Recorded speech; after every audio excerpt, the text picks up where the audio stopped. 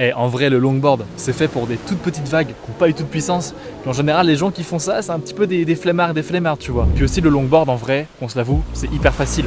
Bah tu sais quoi, si jamais tu penses tout ça, sache que tu es complètement dans le faux. Et dans cette vidéo, je vais essayer de te montrer pourquoi est-ce que même si tu fais du shortboard, tu devrais faire du longboard. Salut, moi c'est Hugo et bienvenue dans cette nouvelle vidéo. Si jamais tu me connais pas, et bah ici tu es sur la chaîne YouTube Waved et toutes les semaines je te poste des vidéos de voyage, de surf et même des tutos sur le surf. Alors si t'aimes tout ça, n'oublie pas de t'abonner.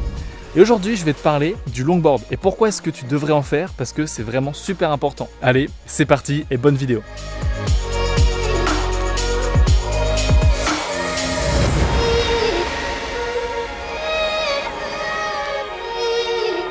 Bon, bien sûr, avant de rentrer dans le vif du sujet, je vais t'emmener avec moi dans une petite session de longboard.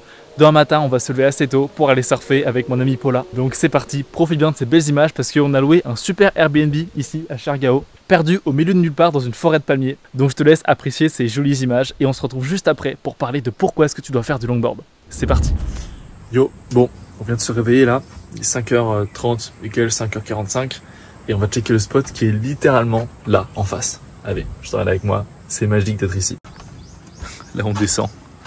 Non mais c'est incroyable, j'ai l'impression d'être dans un film. Hop. Le spot il est là. Hein.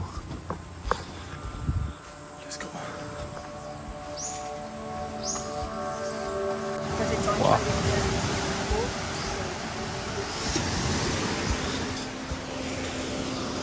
Oh bah il y a un petit chien. Hey.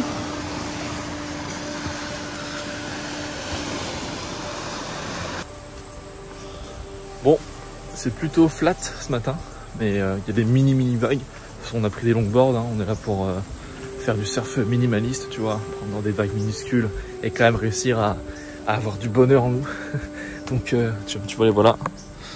Moi j'ai la petite single fin, puis Paula elle a la planche un peu plus débutant. Bon bah écoute, on va juste faire un petit sunrise à l'eau, ça va être très sympa, voilà.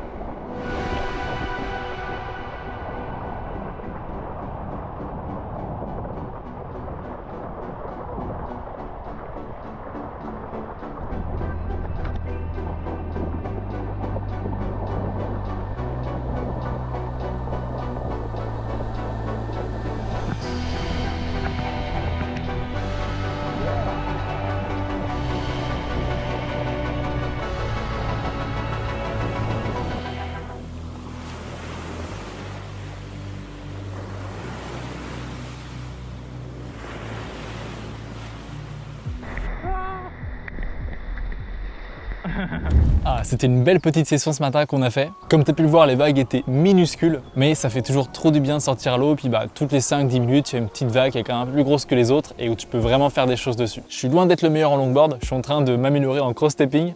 Donc c'est quand tu vois, tu es en train de marcher un peu sur ta planche de surf. Ça rentre de plus en plus, mais je tombe encore très souvent parce que j'ai tendance à regarder mes pieds quand je fais du cross-step et du coup je perds l'équilibre et je tombe. Alors qu'en réalité, tu es censé regarder bien droit devant toi et c'est plus une question de feeling quand tu avances. Mais il faut quand même que je te parle de quelque chose parce qu'il y a un truc qui m'a plutôt choqué dans les commentaires que j'ai reçus. Sur TikTok notamment, il y a 2 semaines, je t'ai sorti une vidéo qui s'appelle Je surfe Cloud9. Donc c'est une vague qui est vraiment faite pour des surfeurs avancés, qui est très puissante, qui est très rapide et qui a un take-off qui est pas facile. Et il y a des longboardeuses qui sont allées surfer cette vague et du coup, vu qu'il y a des gens en longboard qui ont surfé la vague de Cloud9, et ben, il y a des commentaires de gens qui me disent ah ben c'est une vague hyper facile, s'il y a des longboarders et longboardeuses, c'est que la vague elle est complètement pour débutants. Et je crois qu'en fait ils réalisent pas du tout que le longboard c'est pas facile du tout. Et que les personnes que j'ai filmées c'était lors d'une compétition de surf. Donc quand tu fais du longboard en compétition, c'est que tu as déjà un très bon niveau. Et c'est pas n'importe qui peut faire du longboard sur une vague pareille.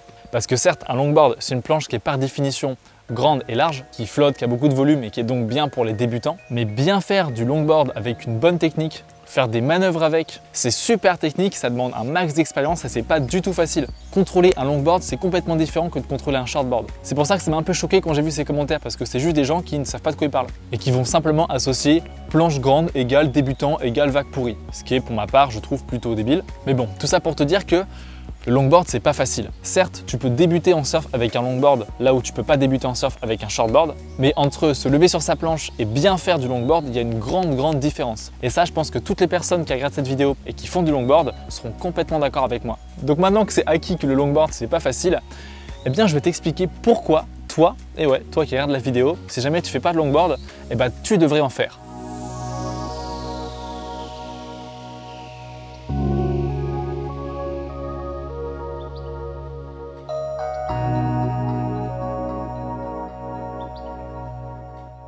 La première raison de pourquoi ce serait intéressant pour toi de faire du longboard, si jamais tu n'en fais pas du tout, c'est que ça améliore ta lecture de vagues. Je m'explique. Quand tu fais du longboard, tu peux aller surfer dans des vagues qui sont beaucoup plus petites que les gens qui font du shortboard avec une planche qui a un volume très petit. Ce qui fait que même si les vagues sont vraiment minuscules et qui n'ont pas beaucoup de puissance, eh ben, tu peux quand même aller les surfer parce que ta planche elle est tellement volumineuse qu'elle se fait pousser par la petite masse d'eau. Donc ça te permet une chose, c'est d'améliorer drastiquement ta lecture des vagues. Parce que là où tu as besoin de voir concrètement une grosse bosse, tu vois, pour te dire ok cette vague elle va être bien puissante, je vais la prendre. Et bah avec un longboard, tu dois vraiment faire attention aux tout petits détails, aux légères petites ondulations, aux légères petites bosses tu vois, qui se forment à l'horizon. Et tu vas te dire, ah celle-là je pense que la vague elle sera tout juste assez puissante pour moi, ah celle-là elle n'est pas assez puissante, ah celle-là elle sera trop puissante. Et tu répètes ça sur des dizaines de sessions, ça améliore complètement ta lecture de l'océan. Parce que là où avant tu devais attendre un certain moment avant de te dire ok là c'est une vague, et bah là tu les vois vraiment arriver plus longtemps à l'avance. Parfois les conditions sont tellement minuscules que c'est à peine si c'est surfable. Et du coup tu vas commencer à porter attention à la moindre petite bosse, à la moindre petite ondulation, le moindre petit mouvement de houle qui va arriver au loin. Et donc à force de porter une attention si particulière à ces petites ondulations, tu vas commencer à repérer des vagues là où auparavant tu n'en voyais pas du tout. Et personnellement, cette compétence de lire mieux les vagues, ça m'a vraiment été utile et j'ai vraiment vu la différence. J'ai commencé à faire plus régulièrement du longboard depuis que je suis ici à Siargao. Et je dois dire qu'après 2-3 sessions de longboard, quand je retourne à la shortboard, eh bien j'ai l'impression que j'arrive mieux à me positionner au spot, à comprendre mieux où est-ce que je dois me placer et par conséquent, je prends plus de vagues. Et ça, c'est grâce au longboard.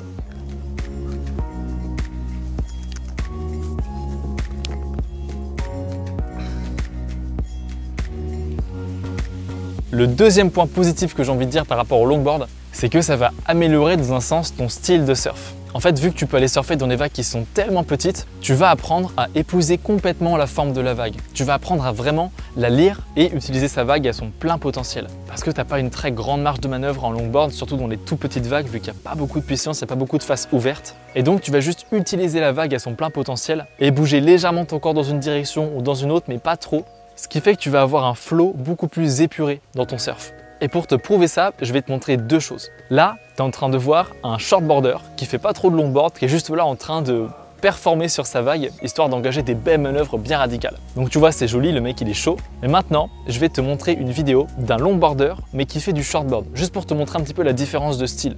Est-ce que tu vois à quel point le deuxième surfeur, il est en train plutôt d'épouser la vague, de vraiment utiliser un maximum de mouvement de son corps pour, au lieu de détruire la vague, utiliser son énergie et vraiment épouser la forme. Après, j'ai rien contre le surf bien agressif où tu as envie de te défouler et de défoncer les sections et juste éclater. Mais plus je surfe, plus j'ai vraiment envie de comprendre vraiment comment la vague fonctionne et épouser sa forme pour avoir un style qui est peut-être plus agréable, moins agressif.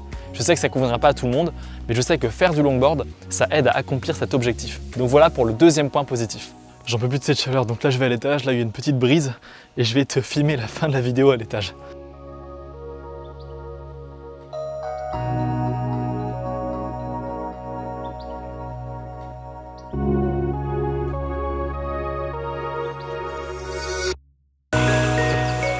La troisième raison pour laquelle c'est vraiment intéressant de faire du longboard, c'est que c'est une approche qui est beaucoup plus chill, beaucoup plus calme du surf.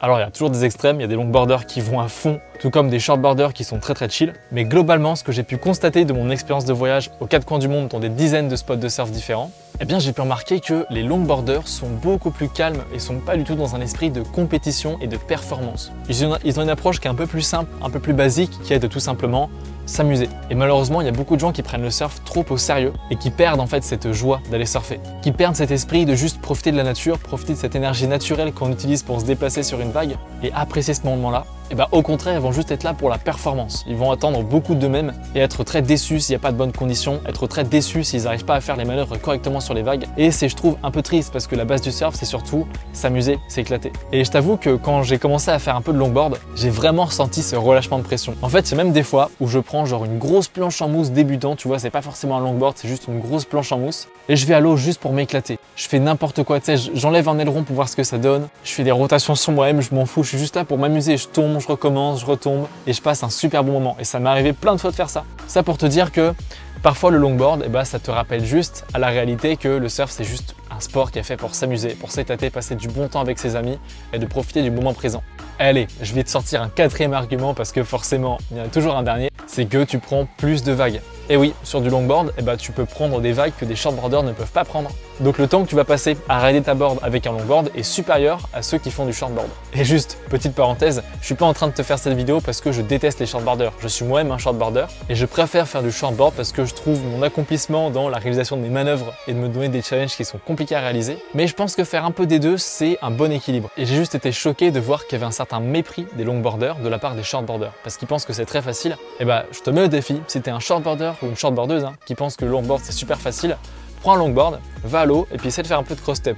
On va voir si tu arrives à bien le faire. Bon, et bien voilà, si on devait résumer, les 4 raisons pour lesquelles je pense que c'est intéressant pour toi de faire du longboard, c'est que ça améliore drastiquement ta lecture de l'océan, ta lecture des vagues, que par conséquent, ça change un petit peu ton style de surf. Tu as un style un peu moins agressif, un peu plus flow, tu vois, un peu plus où tu vas être dans un état d'esprit pour épouser la forme de la vague et pas la défoncer. 3, c'est beaucoup plus chill, ça te remet un petit peu connecté au moment présent et ça te permet de retourner aux bases du surf qui est « je m'éclate ». D'ailleurs, c'est pour ça qu'il y a beaucoup de grands-pères, tu vois, qui ont fait du shortboard pendant pas mal d'années, qui passent un peu au longboard quand ils commencent à être plus vieux. Parce que faire du shortboard, ça demande beaucoup de capacité physique, là où le longboard, c'est un peu plus chill. Et enfin, quatrième argument, c'est que tu peux prendre plus de vagues. Et ça, c'est vraiment top.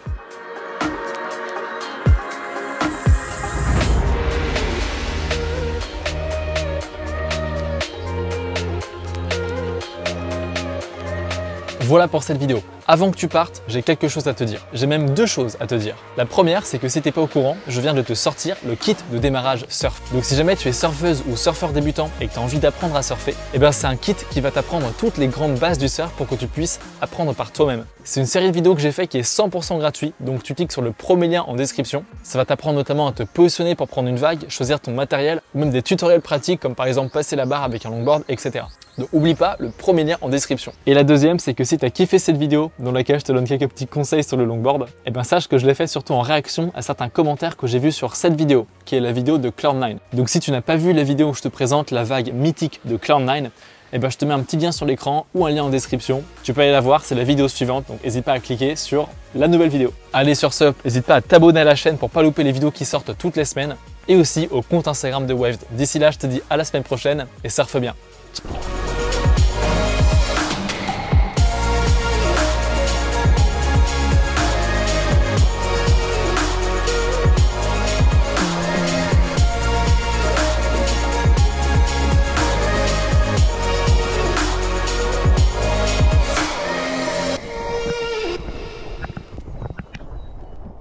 Ciao.